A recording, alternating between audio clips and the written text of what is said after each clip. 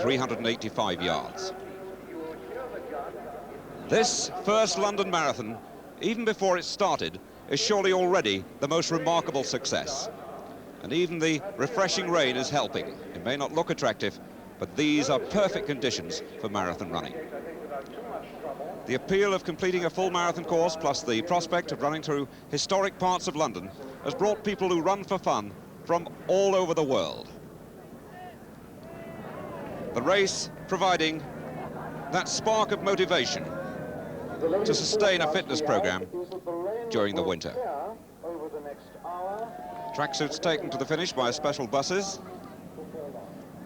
And as they prepare for the start, just time now to meet one or two of the competitors.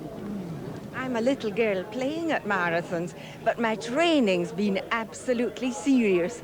I've worked up to 76 miles a week. Last week, I ran 14 on Saturday and 21 on Sunday. 14 Saturday, 21 on Sunday? Yes, and of course I've been running to work and home again 4.5 miles each way. So I feel I've earned my salt, I've done my training, and now all that remains, nowhere to go but out, nowhere to come but in, and nothing to do but run. The organization so far has been superb. In fact, in many aspects, much better than that of New York. Better than New York. We've got the weather right, haven't we? That's correct, but the organization, last night's pasta party, the registration this morning here, it's actually superb to New York. I said in a moment of idiocy a couple of months ago that I would have a go, and I didn't feel I could jack out now. Preparing for the start,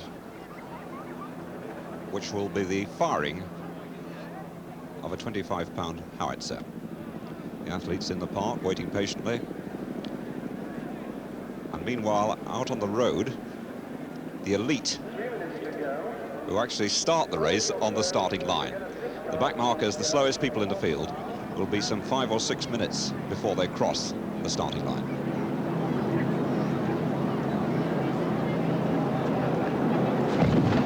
First mile is very fast, and my word, they're stampeded away, chasing the press photographers out of the way.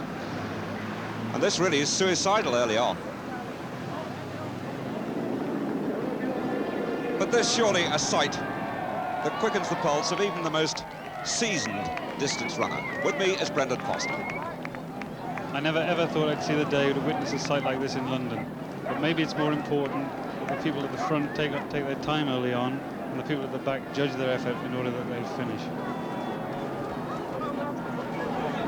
This mass of humanity moving through the park gates. I must say the start going more smoothly than most of us thought, because the park gates could be a hazard, but they're heeding the warning not to rush through there. The ambulance men waiting, hidden by the pillars. And most of the competitors know enough about the sport, even though this may be their first marathon, to start their own personal watches. Although the official clock has started as the gun goes, they'll start their own personal watches as they cross the line.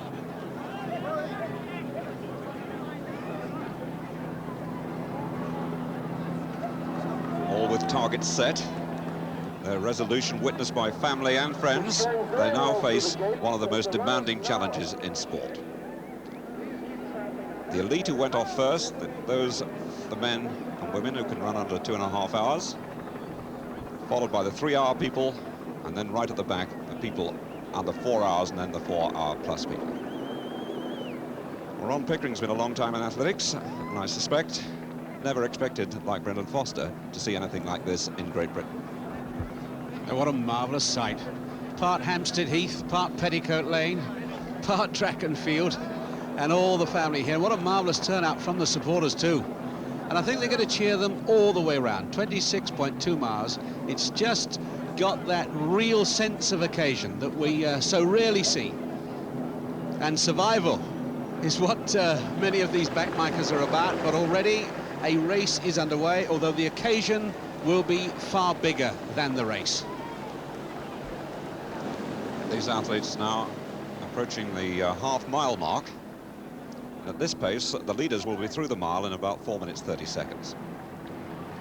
The race, of course, by tradition, based on the legendary run made by the messenger Pheidippides after the remarkable defeat of the Persian army by the Athenians in 490 BC. It ran from the village of Marathon to Athens, which was approximately 23 miles. With news of victory, cried out, "Rejoice, we conquer," and dropped dead. Dick Beardsley, the American, on the left. And they're still streaming through the start.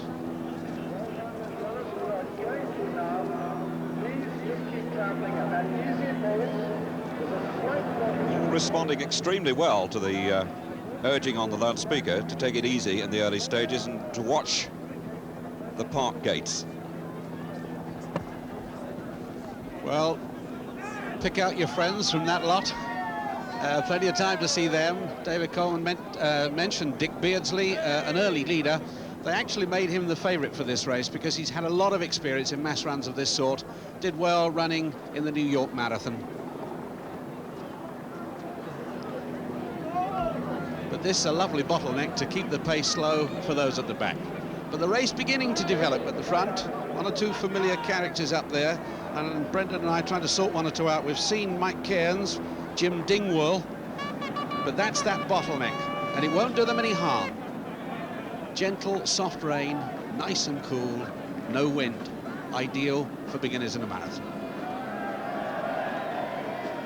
In the marathon, of course, most of the distance runners make it very, very clear that it's pace that kills and not distance.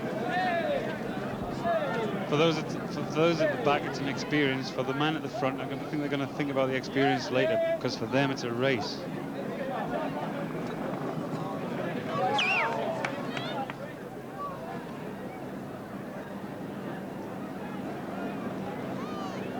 The leaders well on the way now. They've been running for about 5 minutes.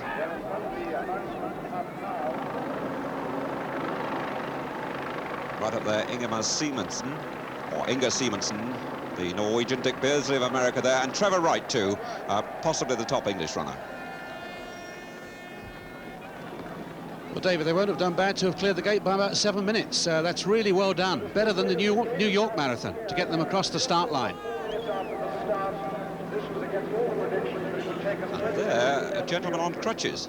In fact, it's Brian O'Halloran, who apparently has had a skiing accident and determined to run. 66 years old Thomas Fogden, or Fogden, an Irishman on the way.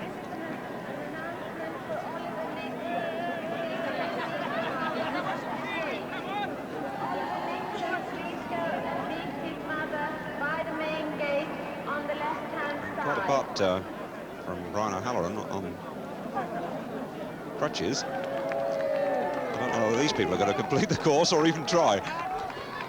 But there's a marvellous festival atmosphere about the whole scene. Meanwhile, ahead, the famous parade ground at Woolwich Barracks, home of the Royal Artillery.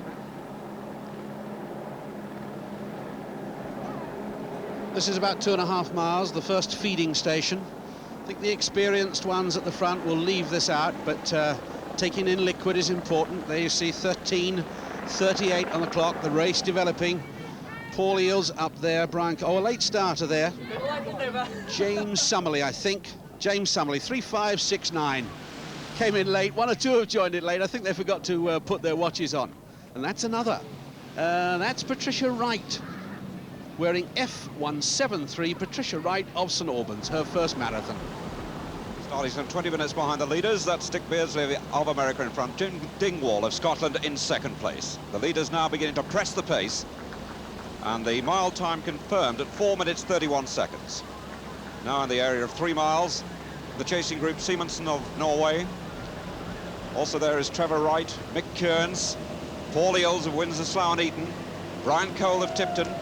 The two leaders trying to break away, and this is very early. They've got about a 10-yard gap. Trevor Wright in the all-white on the curb.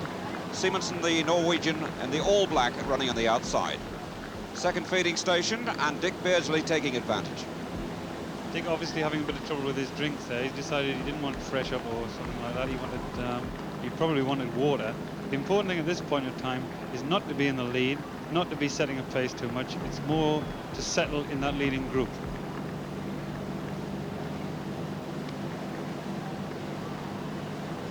Dingwall tucking in behind Beardsley, second fastest American.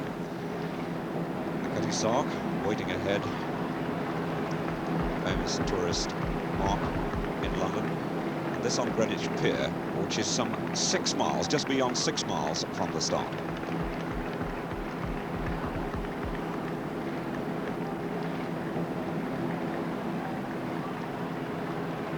Six and a half miles, in fact, with the clock showing just over 30 minutes.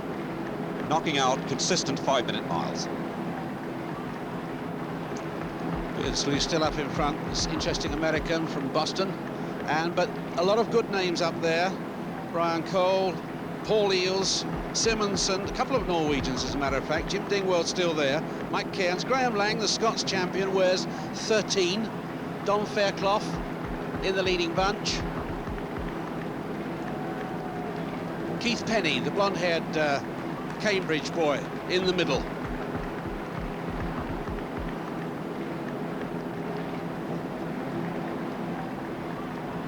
Don Fairclough. Bob Lennon is there. Bob Lennon from Aldershot wearing 2.62. Around the Catty Sark and Gypsy Moth, 6 miles done. Pace nice and steady, but 5-minute mile pace. This leading group of about a dozen, now well clear of the second group, are some 100 yards behind.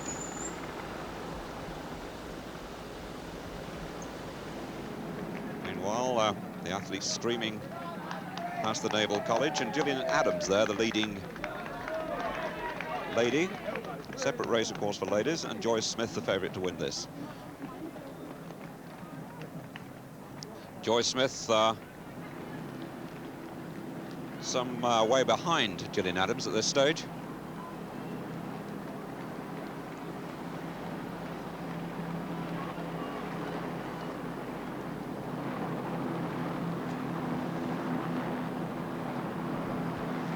Well, Joyce Smith and Gillian Adams, two of our most experienced marathon runners. There's Roger Bullman from the United States, wants to be the fastest waiter. He's going to carry that. Just imagine carrying that bottle with him for about 3 hours.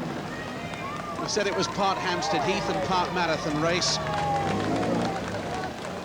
43.04, about 8.5 miles gone. Southwark Park there, that boasts a new athletic track with an AstroTurf football pitch. They're very proud of it, and we're hoping that from this great occasion there will be many joining athletic clubs. And there's Jimmy Savile. Jimmy Savile and one of the walkers, and this occasion is about raising funds. You can see Stoke Mandeville will benefit enormously from Jimmy Savile. What a cheer he's getting. What a marvellous atmosphere from the crowd in London. Long way to go, though. 8.5 miles gone, 26.2 miles, the length of the race. But Jimmy Savile getting a marvellous reception. Gypsy Moth in the background, but meanwhile the leaders now approaching the halfway stage. Halfway is just before the Tower of London, Tower Bridge. And this point is nearly 14 miles, and they're just beyond 13. The leading group's still the same. An interesting competitor in the leading group is Mike Cairns, former UK record holder for 1,500 metres. In fact, the record he set was subsequently broken by Steve Ovett. So we're obviously talking about top-class athletes in this particular race. Unfortunately, Mike's had to foreshorten his track career because of foot problems. He's been advised that he can only ever run on the roads, and it's great to see him having a go in an event like this. Beardsley, the American, on the right as we look in. Brian Cole there in the vest of Tipton. Jim Dingwall, Simonsen of Norway. Eales of Windsor, Slough and Eton. Keith Penny's there. So too is Laying of Aberdeen. And really the pace very, very even. Just slightly inside 5 minutes per mile. And from this point, having crossed Tower Bridge, they go out on a circuit on the other side of the river around the Isle of Dogs, returning at a lower level beneath the Tower Bridge at 22.5 miles. The bridge, in fact, has a slight incline, one of the few hills on the course. This pack getting away, a lot of experience in it. These are the men that have run the marathon distance in around 2 hours 12. The Tipton vest, the green stripes, much to the fore. Mike Cairns there and Brian Cole wearing it, but the American looking strong in the lead. The object of the exercise for the serious athletes at the front now is to get to this point halfway with conserving as much energy as they can, because the race is about to start. Well, already the field is really stretched out. The leader's approaching 14 miles, and meanwhile, back at the 6-mile mark, they're still going past.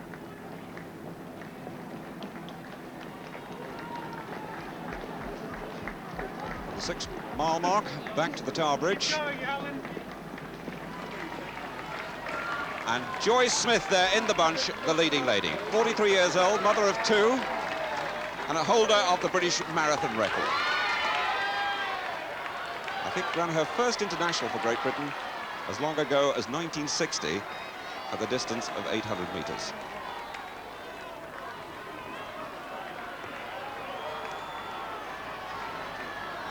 They go on their way to the Isle of Dogs and that 10-mile loop.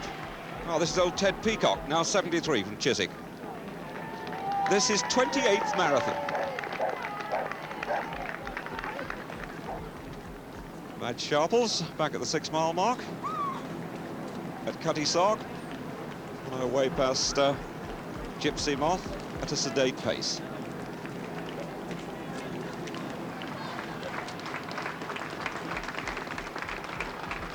Just looking there, it looks like the second girl going through is the New Zealander Gillian Drake, and there right at the back, the late starter Pat Wright, who's painfully making her way towards the Naval Museum just before reaching Cutty Sark at 6.5 miles.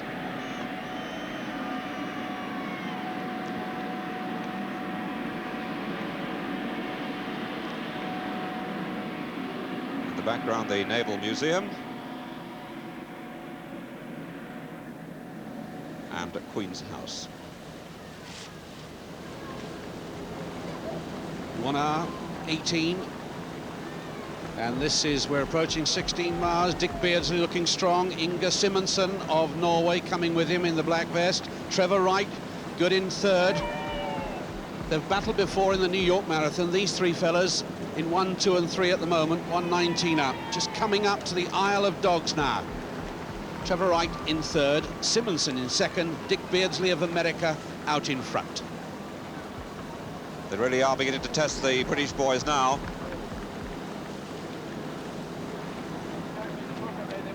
That's back at Tower Bridge with the pack going through, taking, we estimate, some 42,000 steps apiece on the way. But it looks to me, looking at the watch, it's Roger Corbin, the Los Angeles waiter, reckoned to be the fastest waiter in the world, and who's going to argue? His own rules, by the way, suggest that he must always carry that tray in his right hand, all the way. Not a bad runner, though. It's the media transport. And meanwhile, on the Isle of Dogs, back to the leaders, and Beardsley and Simonsen have broken away. They really kicked in a fast mile somewhere there, about 4:40, 4:50, low 4:40s, we think, and it's taken them right away now from the chasing British group. Well, there's a Norwegian and an American, and they look set for a head-to-head confrontation. This is what the marathon is all about. They've run 16 miles. They've got another 10 miles to go, and we now know who's fit enough. Let's now find out who's brave enough. Beardsley seems to be the man forcing the pace. And meanwhile, they're approaching the stage where they go under Tower Bridge as the stragglers are still going over the top. But both seem on target for a very, very fast marathon indeed. Chris Brasher, the race director, John Disley, the course director, both former Olympic medalists, of course, themselves have both suggested this is going to be a very, very fast course, and it's proving that way. Beardsley testing Simonsen all the time. And meanwhile, the back markers going over the top of Tower Bridge, some 10 or 11 miles now behind the leaders who are coming past the Tower Hotel to their level.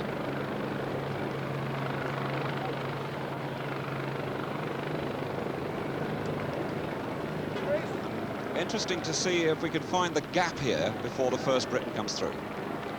But it's Beardsley who's really pressing the pace all the time. Simonsen just hanging on behind. Trevor Wright is the third man from Wolverhampton and Bilston. clearly very strong indeed, having obviously recovered from what must have been a bad patch. That's right, Trevor seems to have gone through his bad patch, and now if he can continue this pace towards the finish, he's got to be in for a really fast time. Coming towards St Catherine's Dock. Tower of London in the background. Beardsley now looks to me to be relaxing a little bit, content to let Simonsen join him. Trevor Wright, he really does look powerful. There's one man going out of the race there at the 13-mile mark, I suspect, in search of a toilet. A nature stop on the way, and many of the characters taking part. We're actually looking out for Jimmy Savile, who's being cheered all the way around. There he is in the middle, and he's running with Fred Lebow. On his right, Fred Lebow with the cap, the man who organises the New York Marathon, who said this is as well organised as any you've seen. And look at Jimmy, he's sucking a lollipop, he's waving to the crowd all the way around. He's made himself, oh, I should think, 1 million more fans, because he's doing this for charity, as are many of these runners. 30 miles gone for him. Here's the leaders. And they are on the embankment at the moment, about 1.5 miles from the finish. Still the two together. They've been on the road now for about 2 hours, 8 minutes, and this is going to be quick. Should be a tremendous finish too. They're racing absolutely together on their way through a packed Parliament Square, and really supporters have turned out in their thousands to enjoy this race despite the incessant rain. There's been a marvellous atmosphere all the way around, and this first ever London Marathon destined for a tremendous finish. Beardsley having another go. This is Birdcage Walk on the way towards Buckingham Palace, and then they finish on Constitution Hill.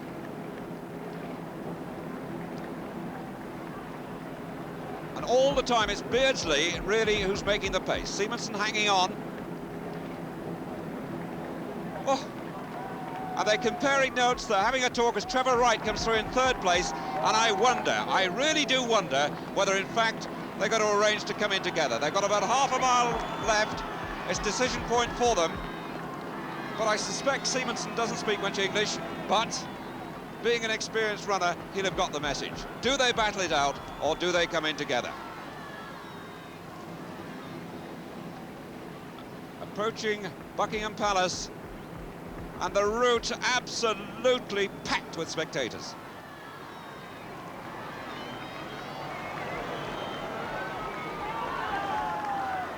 The royal family not at home today.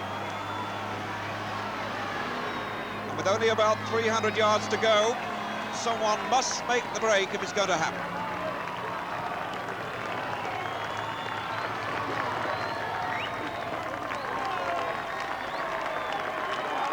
Into the finishing straight. Simonsen of Norway on the far side. Beardsley of America talks to him again. And perhaps they're going to finish in what is surely the true spirit of a people's marathon like this. Not making any effort to break from each other, as they have the ticking clock above the finish in sight. And as forecast, very fast, and they're going to finish together. The hand of friendship after 26 miles, 385 yards, and Beardsley of America ties with Simonsen of Norway. The time, 2 hours, 11 minutes, 49 seconds, approximately their fastest ever runs. I can't imagine a more fitting man to finish in third place than Trevor Wright. He's had 10 years at the marathon, he's had many years of difficulties, he's running really strong now, and he's heading for one of his fastest marathons ever, and what a great place to do it. His wife, the former Rosemary Sterling, Commonwealth 800-metre champion, further back in the field, and she's running well as well. Trevor Wright, there were a lot of followers here cheering him on. First two men, though, who shared that victory, never won a major marathon race before, so good for them. Norway and USA. Trevor Wright bringing home the British colours and really looking so strong at the end of the race. 007. Trevor Wright, Wolverhampton and Bilston crossing the line now. Trevor's time, 2 minutes, at 2 hours, 12 minutes, 53 seconds, and this is Tipton's Mick Kearns.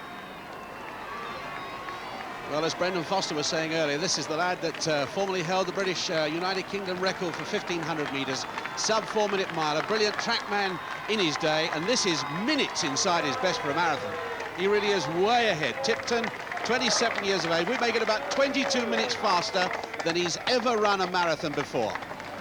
Cairns across the line in 4th place. And Joyce Smith in sight. Joyce Smith.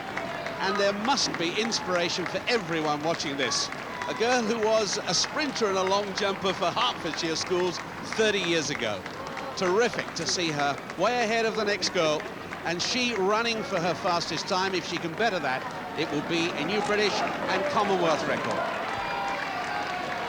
Crossing St Catherine's Dock on the way home, about 3 miles to go for Joyce Smith, and she's back in this race in about 140th place. Magnificent run. And she is on schedule too for a new women's British marathon record. Joyce Smith already holds the UK record, running extremely strongly now, and amongst her she's running with really top-class club runners, men club runners who've run nationally in the past, and what a great run that is by Joyce. And most appropriately, it's Mother's Day. Joyce, mother of two daughters, Leah 4, Lisa 12, and she's got about 3 miles to go, and no one will begrudge her coming home first. She really started women's marathon in this country. She chased the great Greta Weitz on occasion. She set those Commonwealth best times, and this is the one event where the women are closing the gap so fast on the men. And as one famous American woman marathon runner, Mickey Gorman, said, compared to having a baby, the marathon is easy, and our First Lady of the track makes it look easy. And I wonder if Joyce will be around for the next Olympic Games, when, of course, the marathon distance will be introduced to the Olympic Championships. That's Gillian Drake back at the tower. About 3.5 miles left. She comes from New Zealand, obviously running very strongly indeed, back in 2nd place in the women's race. And this is the 3rd girl, Gillian Adams. Displaced 1 or 2 of the other athletes who've finished while we've been looking back to the ladies' race. In 5th place, Graham Lang of Aberdeen. 6th was Brian Cole of Tipton. 7th, Jim Dingwall of Falkirk. 8th, Keith Penny of Cambridge. And in 9th place, Paul Eales of Windsor Sloughney. Brent, this cobblestones must be tough, particularly towards the end of the race. Well, the terrain here, when you've run 20 miles or more, must be really difficult. I can see some of the athletes are trying to move from side to side to get a better footing, but they've run really extremely well at this point. Of course, they won't be terribly sure what's happened in front, but Dick Beardsley and Simonson are judged to have tied, the tie they organised, and here now is Beardsley at the finish. Dick, how do you feel? I feel great. I feel very good. It was a super day to run a race. The conditions, you couldn't find any better conditions. A super course. I'd like to just thank Gillette. They put and everybody else involved in the race. They did a heck of a great job. Did it go as you'd planned, as you'd anticipated? Yeah, pretty much so. I wanted to try to make a move coming off of the London, or what's the main bridge there at halfway point? Tower Bridge. Tower Bridge. And then the Norwegian. We broke away from the other guys about 16 miles, and then it was just a duking out between me and him. He'd put in a surge, and I'd put in a surge, trying to break each other. Then with about a half mile to go, we just kind of looked at each other and gave a wink, and it was, you know, it was just a good race. I'm very pleased. Was that a deliberate gesture to try and cross the finishing line? Yeah, it was. You know, we were just duking it out together the whole way, and for, you know, it was just one of those things that, you know, in the Olympics or something like that, then of course, but in a race like this, you know, there's another time to really duke it out at the end. You were 6th in New York, weren't you? And this is your first marathon win now. Yes, I was 9th in New York, and this is my 3rd marathon in 3 months now, so I'm going to take a break now. And will you be back if there's another London Marathon next year? I hope to be. It's a super event, and I think it's got nothing but future greatness in the whole situation, the whole race. Well, Dick Beardsley talking there about the halfway stage at one point, and some still going through there. And out on Tarbridge, too, is Desmond Lynham. You're from Holland? Yes. How many marathons have you run? I have 12 marathons in 1 year. Yeah. But I am a little bit ill on the knee. Oh dear, the knee's gone, yeah? Well, you've got 13 miles to go at this stage. Do you think you can make it? Eh? I was 65 kilo. Yeah. First month I was 19. Oh, good luck. Well, a good marathon, plenty people. Yeah. Good. Good luck. Okay. So he goes on his way, and meanwhile back with the runners completing the distance.